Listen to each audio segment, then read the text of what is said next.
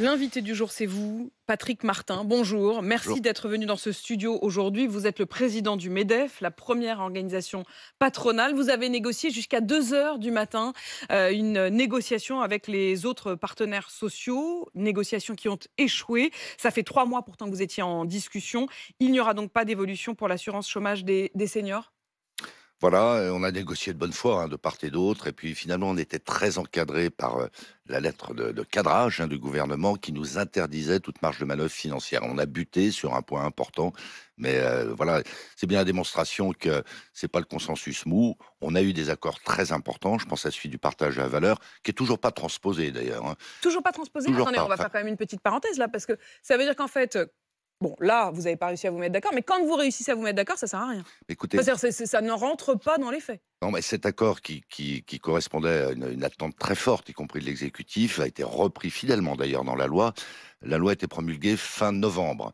Il y a 5 décrets d'application à prendre sur un sujet que tout le monde attend. Ces décrets ne sont toujours pas pris.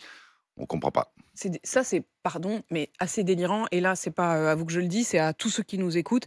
Il y a quand même souvent un grand décalage entre ce dont on parle et ce qui rentre vraiment dans les faits. Et vous en faites à nouveau la démonstration ce matin. Patrick Martin, revenons quand même sur ce qui s'est passé cette nuit. Vous n'avez donc pas réussi à vous mettre d'accord. Si je vous entends bien, c'est aussi parce que la marge de manœuvre que vous avez laissée le gouvernement n'était pas suffisante. C'est pas, on peut pas dire que vous soyez sortis en vous écharpant les uns les autres. Non.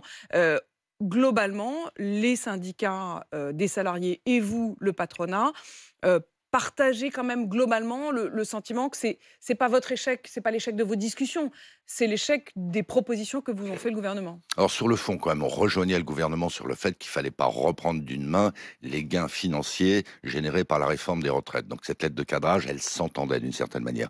Ça n'enlève rien à ma conviction que les partenaires sociaux, dans le panorama assez fracturé et assez inflammable du pays, assument et doivent assumer leurs responsabilités et que l'entreprise privée reste un pôle de stabilité.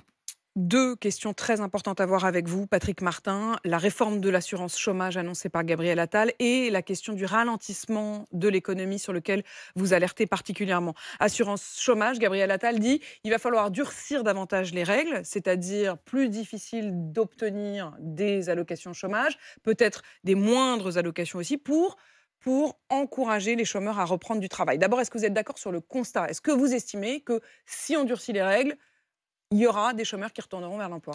Oui, mais c'est pas ça le sujet numéro un. Le sujet numéro un, c'est votre deuxième point, c'est-à-dire que oui, il y a un ralentissement économique qui n'est pas que conjoncturel. Il y a un gap structurel qui est en train de se creuser entre l'Europe, la France, donc les États-Unis, la Chine, au bénéfice des États-Unis, au bénéfice de la Chine, qui sont beaucoup plus déterminés, beaucoup plus toniques, je dirais, en matière d'investissement, d'innovation, de recherche, par voie de conséquence de création d'emplois. Il faut absolument maintenir et, si possible, accélérer la croissance économique. Accélérer la croissance économique, est-ce que c'est aussi en je vous repose la question, en serrant les vis pour les chômeurs? Alors, on n'a pas encore le résultat des 2 précédentes, réformes. Mais oui, il y a probablement encore, des opportunités de faire revenir à l'emploi des gens qui, dans le cadre actuel du régime, n'y retournent pas. Je ne sais pas vous quantifier ça, mais je répète que ça n'est pas l'essentiel du débat. L'essentiel du débat, et on est aligné par les dernières expressions du président de la République, ce sont celles aussi de Patrick Artus, par exemple, l'économiste. Il faut absolument dynamiser l'économie. Il ne faut pas qu'on se laisse distancer par les Oui, mais on fait États-Unis. comment pour, dynamiser l'économie dans un moment où on nous dit qu'il faut trouver 10 milliards cette année, 20 milliards l'an prochain? Ben, à tout le moins, on ne charge pas encore la mule en termes d'impôts et de charges sociales pour les entreprises. Et puis, il faut que les économies soient trouvées sur le train de vie de l'État, mais également des collectivités locales et du régime de santé. Attention, pas sur les opérationnels, pas ceux qui sont en première ligne, mais surtout le back-office, toute cette administration d'administration qui, tout le monde le sait, coûte horriblement cher. Vous vous dites qu'il y a du gras. Il y a du Ah ben, gras, je dans la l'affirme. fonction publique. Je l'affirme. Je l'affirme et typiquement, ce qui se dessine sur la réforme de la fonction publique nous semble aller dans le bon sens. Je ne comprends pas très bien le lien, Patrick Martin, entre relancer la croissance d'un côté et dégraisser le mammouth, si je reprends l'expression de Claude Allègre à l'époque, qui parlait notamment de l'éducation nationale, mais enfin, le mammouth au sens la fonction publique. Je ne vois pas le rapport. En fait, vous dites, prenez plutôt des sous là que d'essayer d'en récupérer sur les entreprises? Je vous donne un exemple. Il devrait malheureusement se détruire de l'ordre de 150 000 emplois dans le bâtiment cette année parce que les mesures de soutien à l'investissement locatif ont été retirées. Ça va coûter à peu près 3 milliards d'euros aux régimes sociaux, entre des indemnités et de moindres rentrées de cotisations. Dans le même temps, il s'est créé 60 000 emplois dans la fonction publique l'année dernière. Ça coûte combien? 3 milliards d'euros. Donc vous dites, les priorités n'ont pas été bien choisies. Non, mais il y a des choix courageux autour desquels on tourne, la France tourne depuis des décennies, et on voit que d'année en année, les effectifs de la fonction publique augmentent. Alors il y a une demande, bien sûr, dans l'éducation, dans la sécurité en particulier, j'en suis parfaitement conscient. L'armée, évidemment. Mais c'est derrière toute cette l'administration, pardon de me répéter, sur laquelle, par comparaison avec nos voisins immédiats, l'Allemagne par exemple, on a des sureffectifs flagrants. Et il y a des gains de productivité à aller chercher sans dégrader, tout au contraire, le service apporté. Vous n'avez pas peur de relancer, en quelque sorte, la guerre entre les salariés du privé ou du public?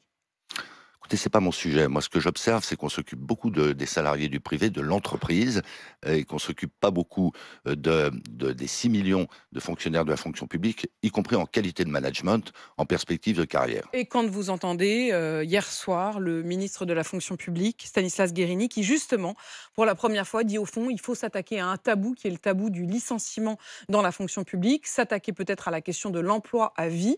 Est-ce que vous dites, bah ça va dans le bon sens? Écoutez, moi, je me prononce pas sur le détail des choses, mais en tant que contribuable et en tant que citoyen, les entrepreneurs ont toute légitimité à avoir un avis sur ce qui leur coûte très cher. Je rappelle que les entreprises françaises sont les plus taxées au monde, malgré des avancées très intéressantes ces dernières années. Patrick Martin, désmicardiser la France, c'est l'un des objectifs de Gabriel Attal.